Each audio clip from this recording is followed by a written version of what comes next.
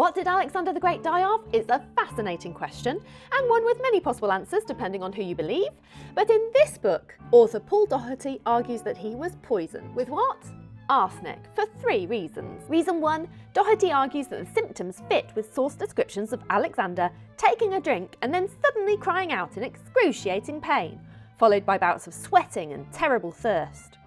Reason 2, it fits with Alexander's body being strangely preserved after death, even in the Babylonian heat. This is what happens with arsenic poisoning, because the arsenic kills the gut bugs that would otherwise decompose the body. And reason 3, arsenic was a well-known poison in ancient times, and Alexander's army had just been somewhere where there was reportedly a mountain made of arsenic. So, who does Doherty think did the poisoning?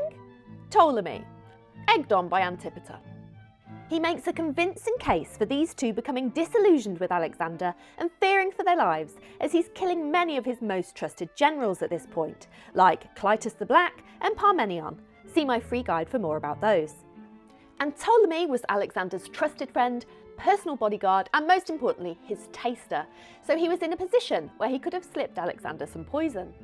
But, you may be thinking, what about the royal diaries and that long account of how many baths Alexander took in his final days with an increasingly raging fever? That doesn't seem to fit very well with arsenic poisoning. It seems to fit better with malaria or typhoid. Doherty argues the royal diaries were faked. His evidence for this is that the royal diaries say Alexander's generals held an overnight vigil for him, where? In the temple of Serapis, which didn't even exist before Alexander died. So what do you think? Was he poisoned? Let me know in the comments.